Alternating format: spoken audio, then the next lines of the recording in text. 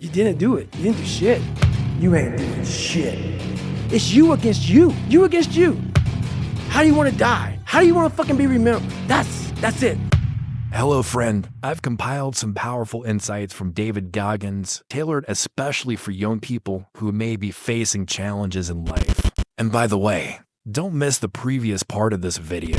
We all have two voices in our mind, and never mind, I should let him explain it himself. We all have two people, and I'm not saying you're crazy. We have the easy voice, which is that 20% telling yourself that I'm easy at 90% of my full potential, maybe 100% at that 20%. That's that voice that we all love. That's that very comfortable voice. That's that mommy holding you saying it's gonna be okay. Doesn't care how good you are, just loves you. Just loves you no matter how messed up you are in life. That's where you want to be at. So that's that one voice. This other voice that we walk very far away from is a voice saying, hey man, you ain't doing shit. So we try to get this voice out of our head completely. And we live over here in this land. So what you have to do first is turn up this voice over here. The voice saying things to you that aren't nice. It's in our head saying, you know what, man, dude, you're not doing shit. And it's not putting yourself down. People take this the wrong way in this new society. I'm not saying to put yourself down. I'm saying listen to the truth. When I was 300 pounds, where do you think that conversation would have got me if I spoke kindness to myself? I'll tell you where it gets me. Right back to 7-Eleven, another box of mini chocolate donuts and a chocolate milkshake. That's the one voice. That's the one voice that most of us have that you're talking about. If you don't have a conversation in there, the other voice that you create that says, okay, how does this look? It looks very ugly. That kind conversation for me went away a long time ago, which is why the dialogue is now, which you see a lot of action, because most people have inaction, because there's one person talking. And that one person's always leading you down the same path, the path that makes you feel very comfortable and happy with yourself. The second you create the other voice, there's conflict, there's battles, there's wars, there's defeat. One thing I learned, I taught myself this, and people go, I don't understand what you're saying. I'm gonna try to break it down real quick. I didn't teach myself victory first. I taught myself failure. I taught myself how to fail. And people are like, that's so depressing. Is it? When you're 300 pounds and you can't read and write and you're fucked up, you know how many times you're gonna fucking fail on that process? So if you don't know how to fail, there is no victory. I never talked about winning because I knew the path to winning was gonna be years of failing first. So I taught myself how to fail properly. No one teaches you how to fucking fail. I'm setback. So this is what I would tell your boy. This is exactly what I tell him. Every day you wake up, you're gonna probably be setback for the first 4 weeks before you lose to significant weight because of the mind's gonna be fucking with you the whole time. There's no dopamine. There's no dopamine in there at 300 pounds. You got nothing. Your hormones are shot. You have to envision something that is more powerful than you. Something has to get you out of bed, and you have to create it. It has to be false, because you're not it. You're a fat piece of shit, and that's the reality of it. The big thing for me is we're all 1% away, and that's the one thing I didn't realize when I was younger coming up.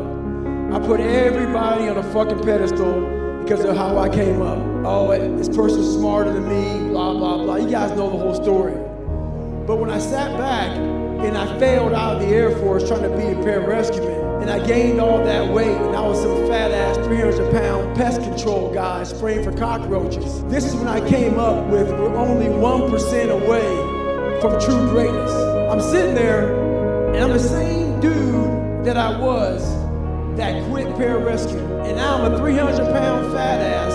And then 3 months later, I'm trying out to be a fucking Navy SEAL. Lost 106 pounds. So what I came up with was there's a big difference between 99% and 100. I always thought that I was given 100%. I wasn't. But I was only 1% from making that money, from being where I want to be, from having everything in life that I've ever dreamed of. But it's that 1% that we sleep on. It's that 1% that we wake up in that morning, we're like, you know what? Not today. Maybe tomorrow. It's so easy to be great nowadays, my friend, because most people are weak. Most people are weak. This is a softened generation. That's why it's so easy to be great nowadays, because most motherfuckers are weak. Most people don't want to go to that extra mile. Most people don't want to find that extra because it sucks. It's miserable. It's lonely. And that used to hurt me growing up. Now I fucking thrive in that shit. That's the only place to be. And if all you do is when you are trying to hit that motherfucking snooze button on life, not in the morning, on life, just know this. All the fuck it takes is thinking about all those weak motherfuckers who are taking a day off. And trust me, you will come up real fast. Like I say, it's easy to be great nowadays because motherfuckers are just weak, very soft. So there's so many people that have the ability and just refuse to get off that couch, refuse to study a few more hours, refuse to go deeper, to go further. And that's where I gain the advantage. What do you do every day? Because there's days where you wake up and you have this drive, and then there's other days where you wake up and you don't know what you're gonna do. What do you do to make sure you wake up every morning and keep that drive? This is one of the best things in the world that I'm gonna give you right now. I hate to give it to you, but this is one of my fucking secrets. What I do, I have a lot of bad days. This ain't like some magic potion where I just get up, I'm David Goggins, motherfucker, let's go. Nope, I'm a human being. A lot of bad thoughts in my head. Tape record yourself. When you wake up, and how old are you? 14. Okay. When I wake up, sometimes I feel like a little bitch. But what I do is I have a little tape recorder, and I tape record exactly how I'm feeling on that motherfucker. And then I play it back. That's a bad fucking tape recorder, dude. Listen to yourself. Listen how weak and pathetic it sounds. That will not make you a winner or succeed at anything. You have to fight those urges to just say, I'm good today. If you tape record yourself and you play that for one of your friends, will that get them off the couch? Or will that make them want to fucking sit on there longer? So everything you say to yourself has to be something that energizes you to the core of your soul. So whenever that weak voice comes, you gotta smack it real quick, as fast as you can, because that weak voice is taking the path of least resistance. And none of us want to work that hard, even me. So just remember that, man. A lot of people, wonder, how did you become this? How did you become so vulnerable? How are you doing a podcast now when you were this kid? A lot of the things that you feared or hated or embarrassed about as a child end up being the genesis of the things that you're most proud about as an adult. I spent so much time as a kid in my bedroom listening to audio tapes because I didn't have anyone to play with, right? Only child, a little bit sort of unpopular. Right. So I'd be in my bedroom listening to audio tapes. We'd go to the library every 2 weeks and we'd take the tapes back and we'd get new tapes, bring them and listen to them again. But you roll the clock forward 20 years and what's the 2023 version of an audio tape? It's a podcast. A lot of the things that you love and value in yourself in adulthood are the light side of something that you were ashamed, fearful, disgusted by when you were younger. You overcame things. You fought them. And now this is what happens. This is on the other side of overcoming. You become very, very powerful when you overcome yourself.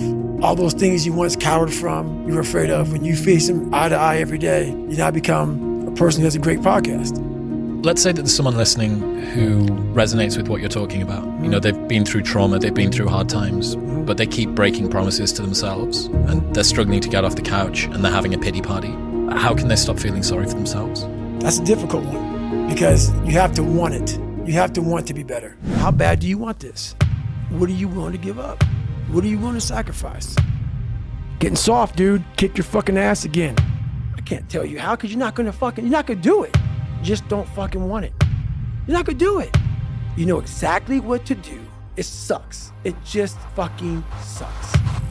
I'm a lazy piece of shit, and I'm one of the hardest working people that ever stepped foot on this planet Earth. And I'm saying that very proudly, because I know what I do. I'm not cocky. I'll tell you I'm stupid, and I'll also tell you the exact opposite of what I've done. It's the truth. And it starts off with, you have to have pride in yourself. You have to have pride in yourself. You have to have, there's something about you, whether it's your last name, just the smallest thing. You have to be proud of yourself. And if you have no pride in yourself, I can't give it to you. Because you're always going to compromise. You're always going to fold. Always. I'm very proud of myself. That's why when people said, you know way you can do better than Can't Hurt Me. Roger that. We'll fucking see. It's that pride that wakes you up. Now I'm not talking about bad pride. The attention to detail for the human being I want to do. I call this thing, like, I want to be the standard. I want to be that guy. Like, every place I went in the military, there was this ethos about how this place is, how we're going to live, how we're going to represent ourselves. And I walked around and I saw that most people didn't live up to that ethos. Like if you go to whatever company, they have this mission statement on how we want to run our company. I made one for myself on how I want to be.